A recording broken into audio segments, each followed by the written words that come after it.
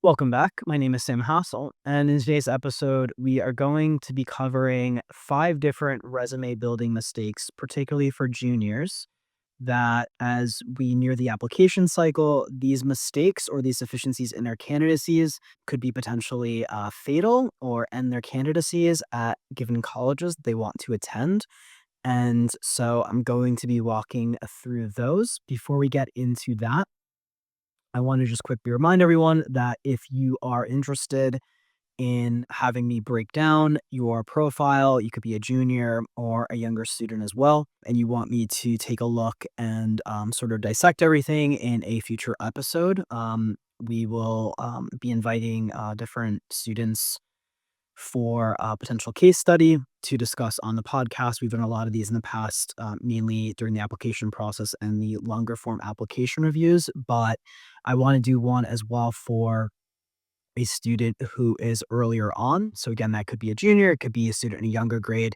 You can email us at info@greatmindsadvising.com. We'll also have a link or call to action in the show notes as well. So info@greatmindsadvising.com, and just give us some high level summary of the student's background, their high school, their grade, what their grades GPA are, classes, test scores if applicable, where their current resume lies, and then potentially, any school goals or questions. If we select you, then we will send over some more information, some more detailed information to get even further background so we can really dive into the nuances of the case.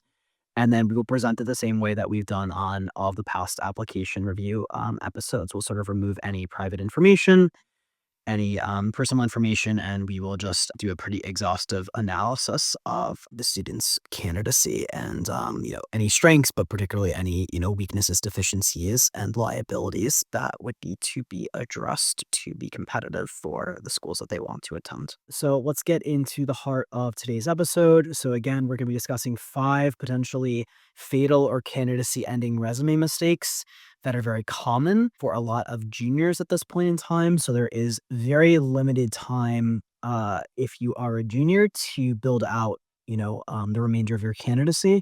At this point, we're in the middle of November. Most students are going to be starting their applications at latest by summer. So you basically have a month and a half left in 2025.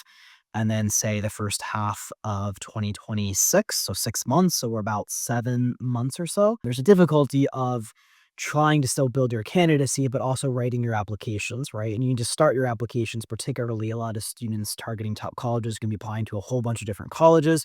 You're going to have a ton of supplements, a ton of work. You're going to have fall senior year courses that are going to be, very rigorous. So you do need to start your applications well in advance. You can't really be writing your applications super effectively if you're still building a lot of your candidacy, right? And so this is the issue with students who are sort of trying to do summer programs for the summer or get meaningful opportunities for the summer. That's really when you're supposed to be writing your applications. And so it's very close in terms of when you should really be working on your applications. There just isn't very much time left in terms of building your candidacy. Colleges don't want to see that you started working on your hook or that you just somehow, stumbled upon your passion 2 months before you decided to apply to college. It seems a lot more disingenuous. It's just not as compelling as a student who, started building this passion in ninth grade and they were already hitting the ground running and they were joining clubs and leading clubs that were relevant to their hook. It's just a very precarious position that a lot of juniors who are targeting top colleges find themselves in. And so I do want to discuss some different resume mistakes from just looking at different profiles, different students who are in junior year, sort of to use a visual. I don't mean to like scare people, but this is just like, I'm just passing along the reality of what I'm actually thinking when I see some of these, these junior year profiles and sort of what they're thinking is going to solve the problem or how they're going to go about solving it. It sort of looks like, someone in chess, they're sort of against the ropes. They are like, just looking at the moves that are left on the board, and it's like very precarious. A whole bunch of these positions is just going to end in a checkmate.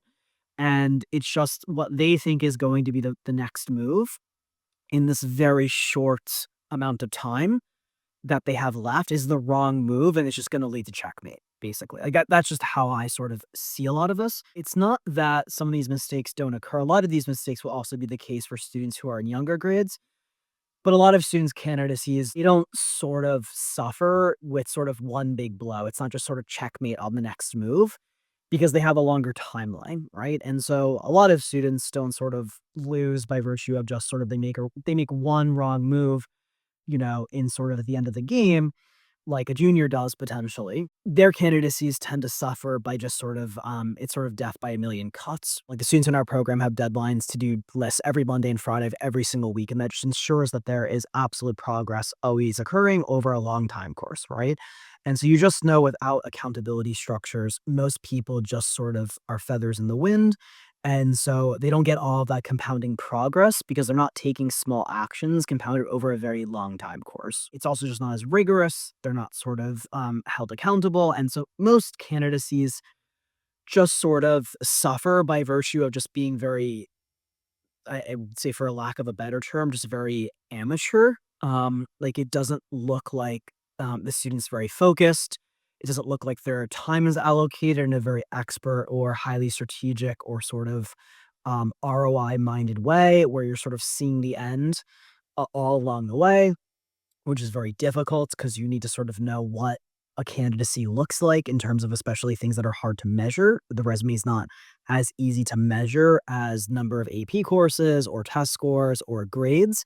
And so a lot of people sort of die by virtue of that ambiguity of they don't know what a really impressive resume sort of looks like and then how that sort of manifests on a day by day, week by week basis, compounded over a very long time frame, right? And so it's not that a lot of these mistakes don't apply to younger students. It's just it's not as yet potentially as fatal to their candidacy. But when we're looking at junior cases, you are in this very high stakes situation where another bad move or just not building your resume in the correct way for the remaining 7 months will just ruin your candidacy, at least for a certain set of schools, and a lot of times the schools that the student wants to go to. This is sort of at least sort of the impetus for this episode. It's seeing a lot of people in this very difficult situation with a very limited time frame and literally seeing them, like, how they're thinking about solving the problem and just seeing that the way that they're going to solve it, it's just going to go down a path that leads off a cliff, unfortunately. So that's sort of the impetus for this episode. I wanted to share some of these insights, but that's sort of the backdrop is because I've seen this in a lot of profiles, particularly for juniors, where they're just going about solving the problem in the wrong way, or they're not really aware of the sort of acuteness of the problem or how far behind their resume actually is with only 7 months left. That's why I'm covering this today. So, number one, not making use of your current resume or your strengths enough. Not getting enough sort of juice or bang for your buck out of what you have already done to date, right? And this is extremely important when you are very late in the game, right? So, one thing that we always try to do in working with the students is they've just done things that are in their resume, right? It's probably not perfect. There's probably not a super, perfect through line or narrative where they have, 8 activities, and 4 of them are super high value in one category, one clear hook. That's usually not going to be the case, right? But they've done a whole bunch of things and wherever we're starting, whatever the starting position is, whether it's, particularly 11th grade or, right during the application cycle, you have to really use what you have because you don't have any time to change it. But even if it's in 10th grade, even if it's in 9th grade, even if it's in 7th grade, you would always prefer to piggyback on what you already have, right? The strengths you already have, the evidence that you already have, particularly for high school, any high school activities, awards, anything that you've done is fair game for going in the application. And so it's just a waste to sort of not use activities or, time investments that you've already accrued, right? It's just sort of a waste. It's like throwing out, you sort of, we have Thanksgiving coming up and it's sort of making like a huge Thanksgiving meal. And then, you sort of like just throw everything, all the leftovers in the garbage. it's always going to be more strategically optimal, regardless of whatever position in time you are, to use whatever you already have, right? As much as possible. Because if you don't use what you already have and the time that you've already spent and invested, it just becomes a sunk cost, right? It doesn't mean that it's a sunk cost in terms of your life or your experience, or maybe you learned that you didn't like something, or it doesn't mean it's not a sunk cost. Everything that we discuss on this podcast is purely through the lens of this very specific vertical, which is getting into a top college, right? So it doesn't mean that you wasted time, and you should despair. There's experience, there might have been difficult things that you got from it, et cetera, right? I'm just saying, at least from the perspective of your candidacy of going to a top college, it is potentially a sunk cost, right? It's just something that you're not getting. You spent time, but you're getting nothing for it, right? And so anytime we work with a student, we wanna always look what they have in their candidacy, and we want to try to, as much as possible, pick a hook or a through line or a narrative, a sort of a strategic arc, a way that we're going about building their candidacy that ideally would still subsume any sort of strengths that have been manifested, anything they've done, any accomplishments, any activities, as much as we possibly can, so we're not starting from 0. We pretty much never wanna start with from 0, right? Even if a student's super young, you still never really want to start from 0, right? Like, starting from 0, it's not great, right? Like, why would you start from 0 when you could start from 3, right? It's like if you have the kid has a couple of accomplishments or, skill sets or activities already in there. Well, starting at 3, like, activities or accomplishments that's relevant to the hook that we're building is a lot better than starting at 0, right? So, we never wanna start at 0. We always want to sort of use what we have, right? To some extent, right? Now, if, what the students build is very low value and it's not going to be very niche or unique, and it's not really where their passion is leaning or what we think is promising, then you can only do what you can do, right? But still, we want to try to find very clever ways of maybe incorporating it into the narrative if we can. And that becomes super, super, super important the later you get in the process, right? So if you're a junior right now and you have 7 months left of candidacy building and resume building in particular, you're not going to build a top 20 college resume from ground zero with 7 months left. And there are just things, they're inevitable. You can't avoid them. An admissions officer is just going to see that you just started building this field 7 months before applications, and they're going to question the depth, the continuity, the actual commitment to this area, whether it's really a passion or whether you decided to do one business summer program right before you applied to college. And you're not going to be competitive with kids who are competitive for business. You're not going to be competitive with any kids who are applying in top colleges if you're just decided to take a business summer program right before you applied to college. There's already major liabilities of anything that occurs right before the application process is viewed as it's viewed with a lot more skepticism by admissions officers, potentially not as genuine, but it's just a lack of commitment versus a student who started pursuing those things much earlier on, right? So you're already fighting that uphill battle, but then you're just fighting against the clock, right? And so if you're starting at ground zero and you have 7 months, there's no chance in the world that you're going to have a top 20 resume if you're starting at ground zero with 7 months, like just none. Right? It's like asking somebody to be an Olympian in 7 months who's like never done any training before. It's basically impossible. So if you're in this position, you are a junior, you have 7 months left, you have to make as much use as you can of your current resume. It's from a strategic perspective, I don't care that what you want to do is study business, because, I mentioned this in the last episode. You want to go work for Goldman Sachs. You think that what sounds impressive and prestigious. If you have not built an extremely competitive and impressive business profile because you're in one of the most competitive areas, and then you're also applying to all of the most competitive colleges, you have compounding levels of difficulty. If you don't already have a very impressive business resume, you're not going to just go build one in 7 months. It doesn't really matter what you, unless you just don't want to get in, right? If you don't care, if you just want to go to any business program and you're okay with going to a business program, at a far worse institution, then that's obviously a separate bucket of considerations. But if you want to go to a top college and give yourself the best chance of getting in, it doesn't really matter what you say. It matters What matters is the actions that you've taken and the evidence that you've built, right? And you've accumulated, which is your resume at this given point in time where it currently stands, right? So you have to squeeze that orange or that lemon for as much juice as you possibly can get out of it, right? Because you can't just start at ground zero at this point in time, right? And so if you've built certain things and you've done certain things that are impressive, we had a student several years ago, and she started the process very late, and she was, the typical, I want to do business. It's like, but all of her activities and her awards, everything she had done that was remotely impressive, was all in psychology. And so, first of all, if you're so interested in business, why didn't you do any business? But second of all, you just have no choice.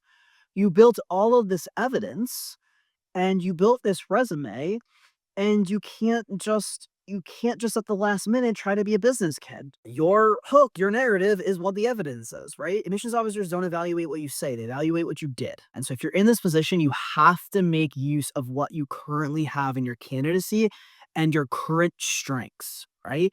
I understand, if you won some award, and it's some like niche interesting award, but like, oh, I'm not really that interested in studying that in college or in the future. It doesn't matter. You're going to have to use it to get in, right? And then when you get in, you can go change your major if you want, right? In the vast majority of cases. But you have to use what you have.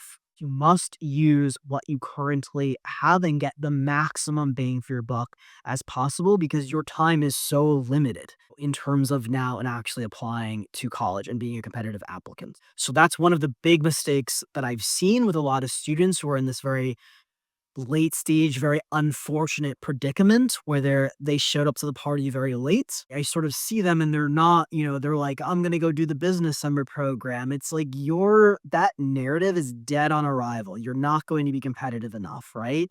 You don't have enough runway. The plane is not going to take off. You're going down a path that's gonna lead you off a cliff, right? Just by application time. So this is one big mistake that I've seen is people not getting enough juice out of what they've already done, and they have too little time to start from scratch or just start with only getting maybe 25% or 50% out of their current resume. And so if you've played music, it's just like you have these very cliche activities, you're like, "I don't wanna study music." It's like, well, you haven't done very much else, so what do you want me to tell you, right? You have to go in some of the directions of the evidence and what you actually have the evidence to support. Number 2, a lot of people there is a through line to the student's resume and their candidacy, and a lot of people just entirely miss it. Or they pick the one that's just far less compelling or just not interesting or will have other liabilities because maybe it's a lot harder to build on top of it in the remaining 7 months. So there's just a ton of contingencies. This is actually why I want to do another case study on one of these episodes because I want to sort of be able to talk about this more specifically to give people a better sense because it's like a lot of contingencies and nuances that are very contextual to the student. But one issue might be that they've identified a certain through line or what they think the hook is going to be. But the problem might actually be that in terms of the executional allowance between like now and the next 7 months of building a candidacy, that through line will be very hard to actually further build out and will be very risky from an executional perspective. Like that could just be one potential issue with the through line. Another issue with the through line that they think is the through line or the potential hook is like it's just not niche, it's not unique enough, it's not differentiating enough, they're not actually competitive in that area as much as they maybe think that they are. It could be that, the student has a bunch of different activities that on their surface look very disparate, but, there is something actually connecting them. It might be a field that the student doesn't know or the parents don't know. There's just something that you're not seeing because there's a certain degree of cleverness, right, in this process, right? So the chess is sort of maybe a good analogy. There's moves that you're not sort of seeing on the board, right? And so again, you're in this sort of end game situation. That move is potentially you think the through line is X, and so you go to move the chess piece and it's checkmate, it's over. It's missing the through line. If you want a really specific, again, hopefully we'll have one on an upcoming episode with an actual case study. Because it's really hard to illustrate this in abstract. If you want a pretty good example of this, it would be in our most recent application deep dive. episode, and that was for the student where we sort of identified, they thought the through line and sort of the hook was more, like international relations, international affairs, global studies.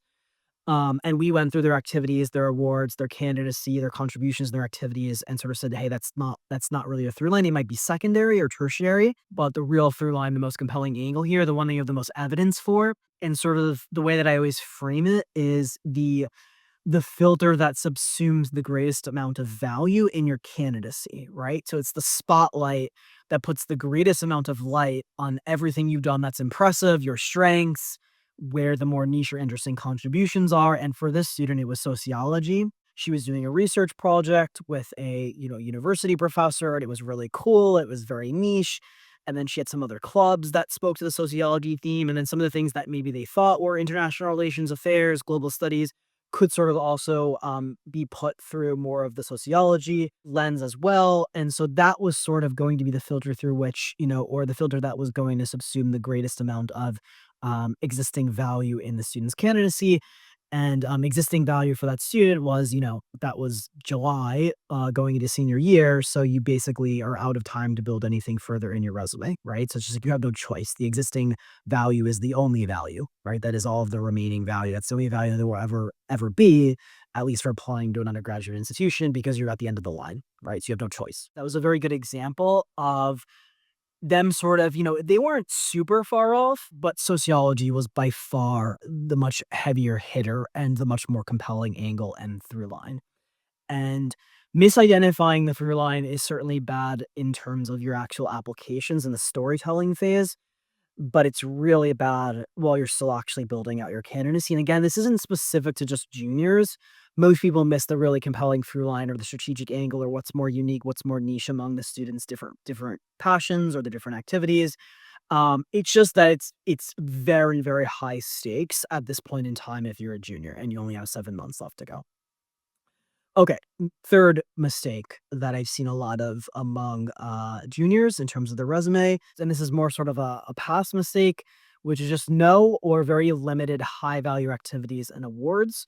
So it's just sort of more like low level, maybe they're like have some leadership in the club, but that's not like a super high value activity. A lot of students have leadership in clubs. There's 30,000 high schools in the United States, right? How many different clubs are there?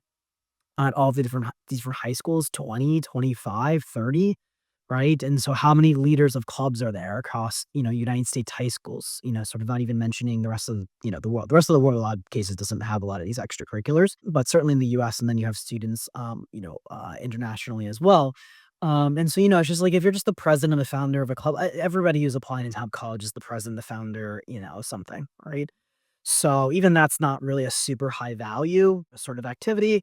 So if you have no high value activities or awards at this point in time and you have 7 months left, which means you don't have, really interesting or impressive research, meaning you have like depth of contribution, you have any awards attached to it, potentially you have a paper that would, either in publication, it works to be published, or again, something that sort of is going to, an actual competition that you could win or have won. If you're just not getting anything that would make this high value, there's no measurable impact. You don't have an organization, you didn't start a program at your high school, related to your hook, you don't, you're interested in business, you've never run a business, you never did business research. It's very dire straits at this point in time. And for a lot of the schools that many juniors want to go to, quite unfortunately, they're thinking of top 10, top 15, top 20. It's just their resume is just not even in the same galaxy as the students who are competitive for those colleges. If you're in this position where you don't have any really standout activities or awards at this point in time, first of all, are any of them pending, right? So a lot of students do win awards. High value is like a spectrum, right? You could be working on a research project, and it's on path to be high value, right? Like you're starting to make good contributions. It just takes time. You need the progress to compound. And so it's sort of like linear, right? It's like a straight line, but it's going up.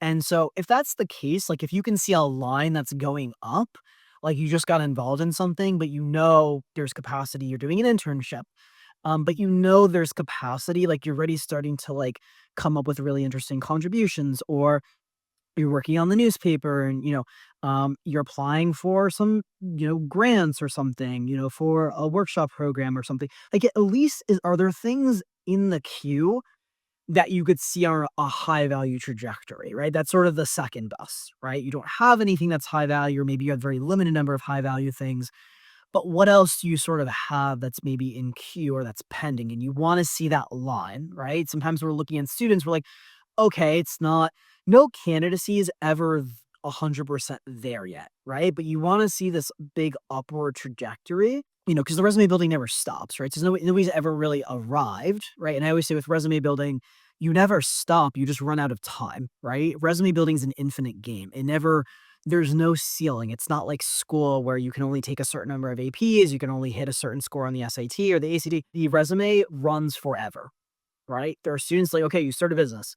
You could get it from 5 to 10 to 50,000 to 100. Like, there is no ceiling. The only ceiling is you and your own ability. Resume building is an infinite game, and you do want to see, at the very least, if you don't really have any high value activities or awards accumulated to date, you're in pretty dire straits because it's really, the clock is super late at this point in time, and it might just have taken you out. In a lot of cases, it will just take students out of contention for a lot of colleges, because it is so late at this point in time.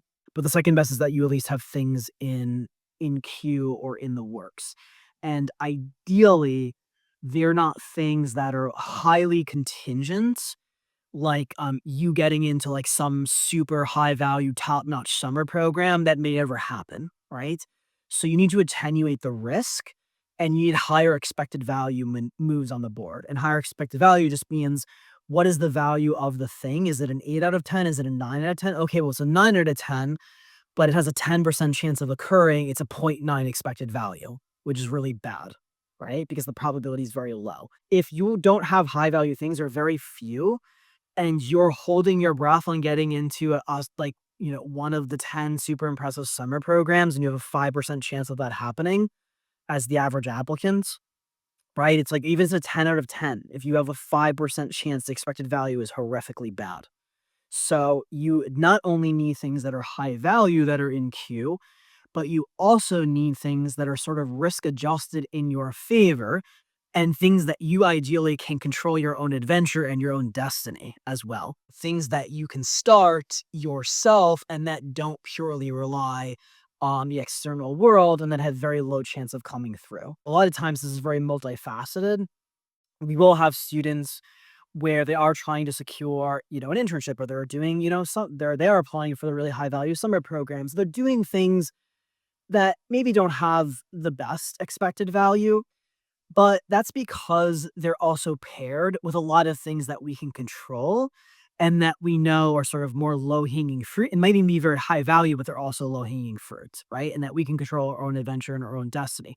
And so we're not just relying on a really risky, high value thing with very low expected value to come through, because we've hedged it with things that are high value on a high value trajectory where we have a lot of control over that thing occurring. And that would be something like, again, you're doing your own organization, for example. You started the club, or you can found the club, or, you can do contributions to the club that you're already in. Just doing more of something that is already there is always going to be your greatest risk adjusted return, because you're not changing the type of thing. You're not trying to do something that's new where you're going from zero to getting an opportunity. You're just trying to add more horsepower or more bandwidth or more contributions or more sort of high value signals to whatever it is, but there's already a foundation there. And so more is, in a lot of cases, versus sort of just doing something entirely new or from scratch or holding your breath on getting the summer program. More tends to be your best risk adjusted maneuver as well, because you're holding a lot of other variables constant that introduce risk. Again, if you're in the situation where you have no or you have very limited high value activities awards that show that are relevant to your admissions narrative. And again, at this point in time, your admissions narrative is just going to be what the evidence is. You don't really have any time to just say, hey, I want it to be this. It doesn't really matter at this point in time. It's like you don't have any time left. So you don't have a lot of agency over what it is.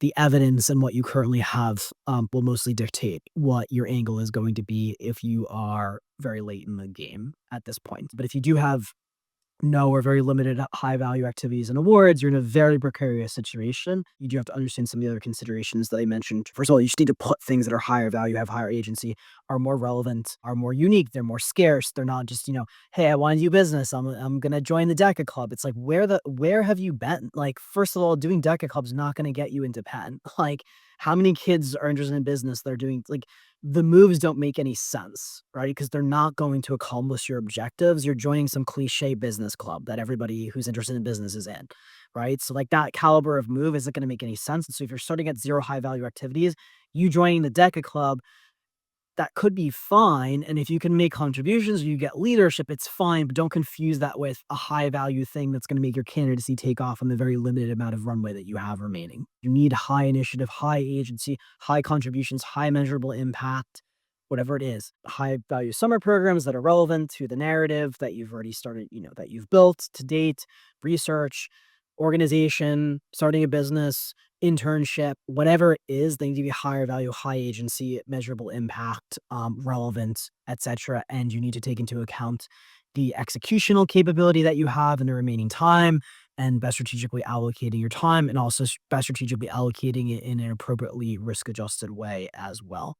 Okay, number four mistake that we have seen a lot of among juniors. The student has a ton of very rigorous courses, and their candidacy is like extremely over indexed on metrics and things like course vigor. They and or their parents have put the student in a very difficult position, which is they're taking a ton of difficult courses, which in and of itself would be great. The problem is you have a very finite amount of time, right? And the unfortunate news for students who are interested in the top colleges is, if you're in a company, you can delegate things, right? And you're working with a whole bunch of specialists, right? It's like there's a department, at least in, a company of any significant size, there's a department for this, there's a department for that, there's HR, there's a CFO, there's etc. Right?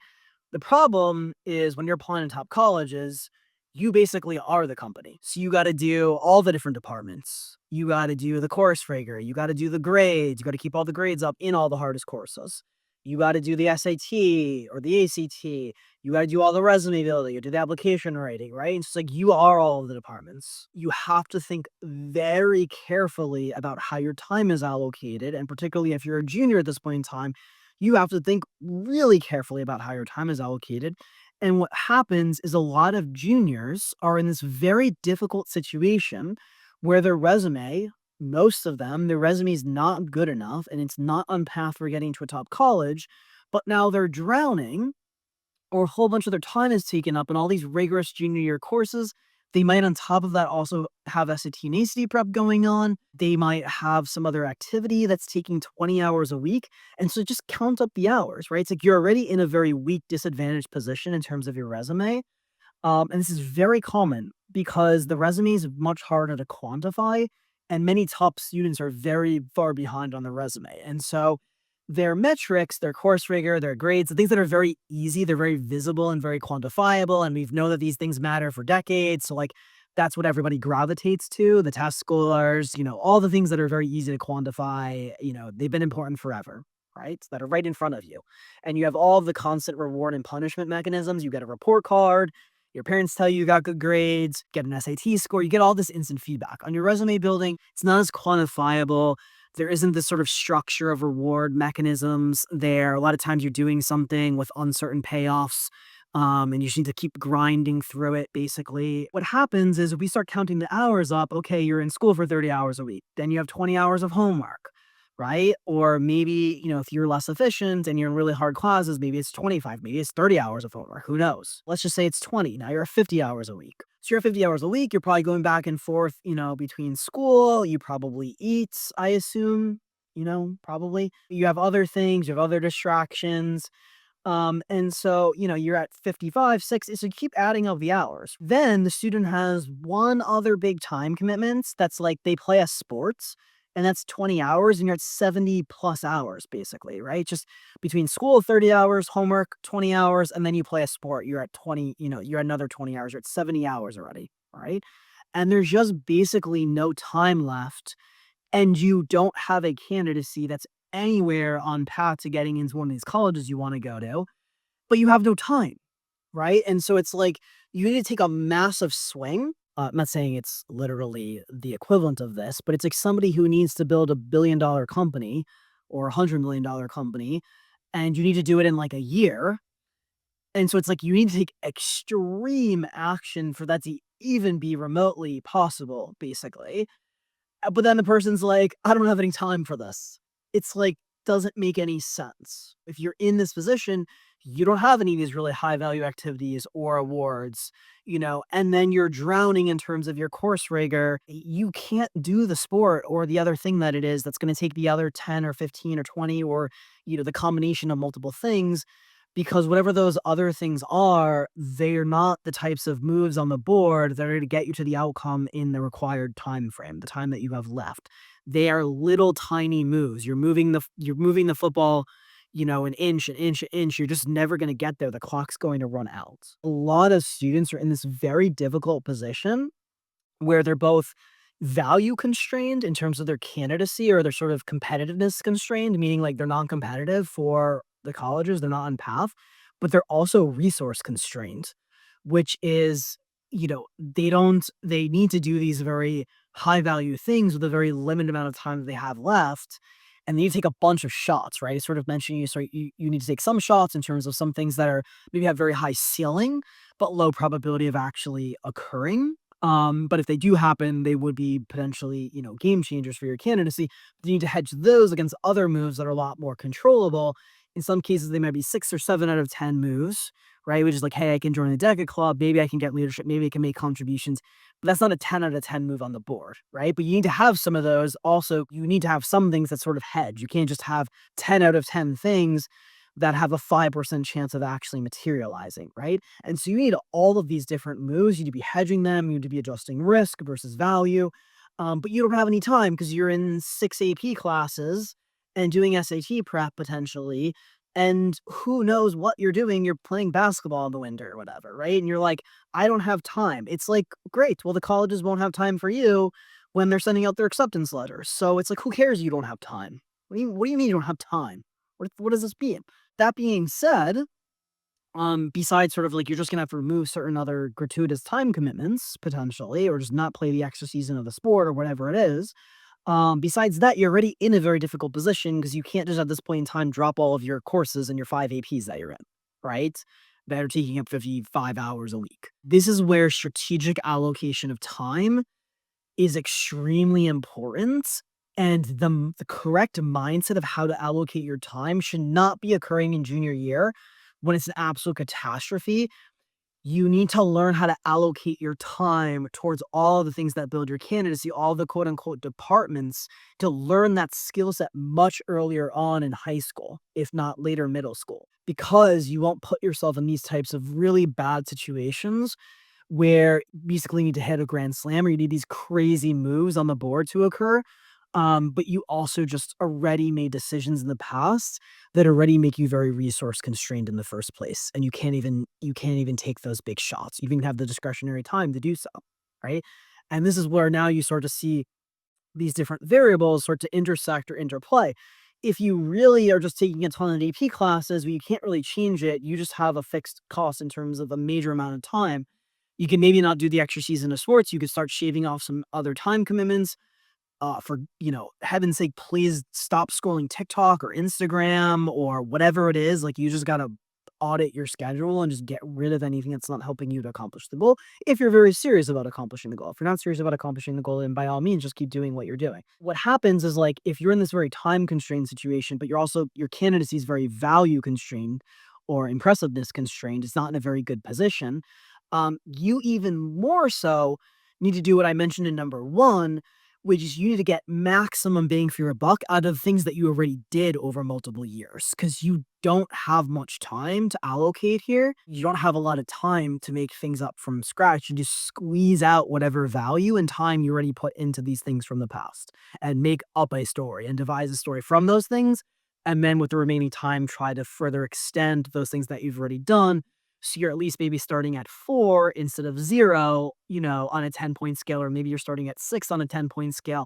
But it's a lot easier to start at 6 and maybe get it to an 8 or an 8.5 by the time you apply to colleges if you sort of take the remaining right moves than is going to be if, like, you can only get to you're starting at 0 and you can only get to a 4 out of 10, and then you just have no chance. And then, by the way, all of those really rigorous courses and an SAT score and all the things that you're working on and have been working on for years won't end up mattering anyway, because there's a fundamental constraint in your candidacy, which is your resume, which is a lot of the other work will just go down the drain because it doesn't matter, right? Your resume is not competitive enough, and so even if you have all the metrics, you still won't get in because you won't be able to beat the people who also have all of the super competitive metrics, which, by the way, the top colleges is basically a vast majority of the applicants.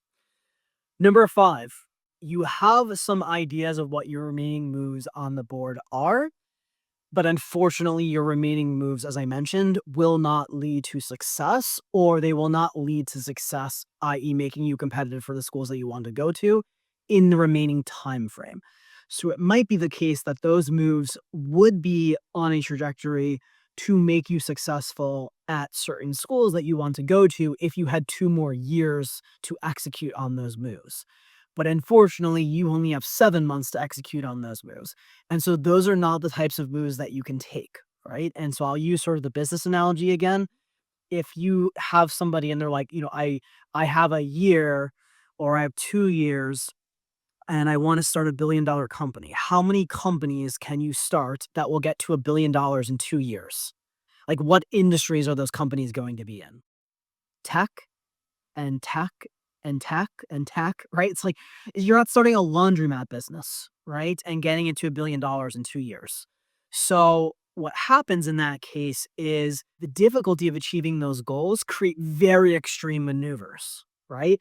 Because the discrepancy between the current position and the desired position is massive, right? And so what happens is you only have a very finite and extremely limited number of moves on the board that could even accomplish that objective or close the gap between current position and desired position. Again, if you use the business analogy, it's like I wanted to grow a $1 billion business in 2 years. It's like, great, you can do an AI startup. That's basically it. And so you're like, well, I'm really interested in restaurants. I want to start a restaurant chain. No, wrong. Right. It's like, I want to do laundromat. Wrong answer. Right. And so it's like basically every other answer that's not related to like tech stuff, software, AI, any super high leverage, vehicle that basically has, 0 cost of marginal production, et cetera, et cetera. Like, basically out of the infinite number of moves, there's only 1 or 2 right answers. What happens here is a lot of people, they're sort of looking at this, I don't even think they're looking at the set of possible moves. I don't think they know what all of the possible moves are. But they in their heads have some move that they think is going to close the gap, which, by the way, they don't even know what the gap is. This is what makes this very difficult, is because you don't even know what a pen level resume even looks like. And even if you do, even if you go find the resume of another student, they have a different candidacy and they have all different contextual nuances. Most people can't equate between their resume and your resume because they're in different domains. And even if they were in the exact same domain, it's like you're not the same person. You have other things. You took a different number of AP. It's like it's just it's very difficult for people to even assess what is the disparity between where they are and where they want to go, let alone to then be able to figure out what the actual optimal moves are to be able to close that gap. And this is just due to the nebulousness of U.S. admissions and the holistic review and the resume and things that are not very easily quantified and all the subjectivity and all the other, sort of factors, institutional priorities, et cetera, et cetera. Students applying to 20 different colleges. Most of this stuff just doesn't happen in the rest of the world. What's basically occurring here that I'm seeing is people have moves in mind, but they need to do the $1 billion business in 2 years, and they're starting on, the laundromat chain. They're planning out all of the tactics to create a one location laundromat business with like $1 billion in 2-year goal, right? And it's like, it's just you can just see this is not going anywhere. Like, this move is not going to work. That's the other big issue that I've seen is the remaining moves or the moves that people are planning will not lead to success. There's a very short runway and there's just not enough horsepower. The engines aren't strong enough on the plane for the plane to be able to take off in the very limited runway. If you had 40 years, you could do something a lot differently, right? And you could have a lot more incremental progress, and you could just have linear progress, linear progress, linear progress, right? But you don't need exponential game changing progress. It's not that some of these moves would not potentially have been successful if you had had 2 or 3 years to, pursue them or execute on them. It's just they won't be successful potentially on, the given time scale, and in some cases, they just never would be successful even over a much longer time course. But the time is very constrained right now where we stand if you're a junior. So, those remaining moves will not lead to success. For example, they maybe are not high value enough. They're not the activities the student would then pursue in the remaining 7 months are not niche enough. They're not differentiating enough. They're not unique enough. As I mentioned, you know, you have a weaker business candidacy, or maybe you have some other things, but you're gonna go join the DECA club, right? And it's like there's a massive chasm and you're joining the DECA club, like, you think that's going to and again, it's not that you can't do that, you need to understand how much time that would take versus the value that would be returned to you. If that's returning 6 out of 10 value, but that's gonna be like a 10-hour a week time commitment or something, the value versus the time doesn't make any sense, right? And so it's not that you can't do some 6 out of 10 things, it's just you need to have game plan potentially depending on where your candidacy is. If you're more behind the 8 ball, you need to have some other 8 out of 10, 9 out of 10, potentially 10 out of 10, and this is where, again, you need to take certain gambles where there might be a high ceiling, it might not be a super high probability, but you do need to sort of have some of those shots that you're potentially taking as well. And obviously, the best situation, the best expected value is going to be the thing where it's high value and the probability is also working in your favor as well, right? And so you need to make sure that you have some things that are going to be high value enough, they might be niche enough, differentiating enough, capitalize on your current resume because you don't have very much time left. And so if you start new, that's a total liability. You can't go away from your strengths because you just don't have any time. So you need to really build off. You need to be able to say, hey, I have these things and like these things will get me to a 6 out of 10. It's like a lot easier to get to an 8.5 from a 6 than it is to go from a 0 or 2, to an 8.5, right? And so is where it also intersects with where your current resume is, your current strengths, any awards that you've won. Is like you just don't really have a ton of choice. You're probably going to have to extend those existing skill sets, and just build on top of them versus starting from scratch at this point in time. And again, you need to be very careful in terms of remaining moves of you can't just take big swings with very low probability of success. So if your game plan is, hey, I don't have very many high value things in terms of my resume, but I want to go to Penn, but hey, I put in a whole bunch of summer applications, for really high value summer programs. It's like doesn't make sense from a risk perspective. You cannot count on those things coming through, and so you need other things, you need other moves on the board to hedge against that, and this happens very often where students and parents are sort of like, yeah, like, it's like you look at their resume, it's like nowhere near the colleges they're aiming for at this point in time. There's 7 months left, and all they're mostly doing is just, applying to, like, really high value summer programs, or they're going away from their strengths and they're planning on positioning for business, and it's just like there's a 0% chance of success, in terms of these moves that you've basically calculated on the board. These end in checkmate, right? It's like you're thinking, you're thinking, you're thinking, you're thinking, you finally move the chess piece and Magnus Carlsen just checkmates you, right? The game's over. Hopefully this gives some sense of all these different factors, all these different liabilities. Are you making the best use and sort of getting max bang for your buck in terms of your current resume and your strengths? Are you identifying the most promising through lines? Are you thinking creatively? There might be disparate activities. Are you seeing what the most creative through lines are? And are you seeing the through lines that you can actually execute and further build upon and extend with the remaining time because you don't have 3 years or 2 years or even a year, you have 7 months. Again, are you allocating your time? If you have very difficult courses, well, get rid of any other gratuitous time commitments because you just have a very big disparity. You need to be maximally strategically allocating your time that you have left. And then again, you have to be identifying moves on the board that have a ideally potentially high ceiling and high value, but also have a reasonable probability of success. And again, you can hedge with some things. There can be some moves that are not like the highest value. Like again, like if we use the DECA club or whatever the club is, if that's not going to take you a ton of time, okay, so the time is pretty efficient. You could get in the club. You could be on a path to being, head of the club. Sometimes they're just clubs where there's going to be a huge vacuum of leadership in the club because all the seniors are graduating. We've had this happen for our students a lot, where they literally just swoop into a club and take over the whole club themselves. We've had that where students took over a club. They totally revamped the club for senior year. There's like now 100 kids who want to be part of the club. They're scaling it. They have really unique contributions. So like you do have some of those arbitrage opportunities as well, but you need to understand that those might be 6 out of 10 moves.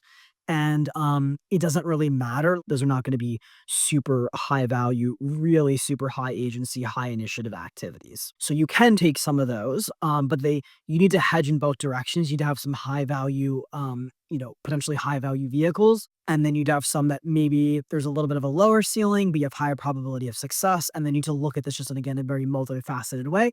If something is, you just need to send an email or you can just, reproduce an application very easily because you could borrow the content from another application. So there's very low cost from a time perspective or an effort perspective, but that move could get you a 10 out of 10 activity or resume builder. Then you want to be taking those shots as well, right? And so you're looking really at three different variables, which is you're looking at the amount of time and effort.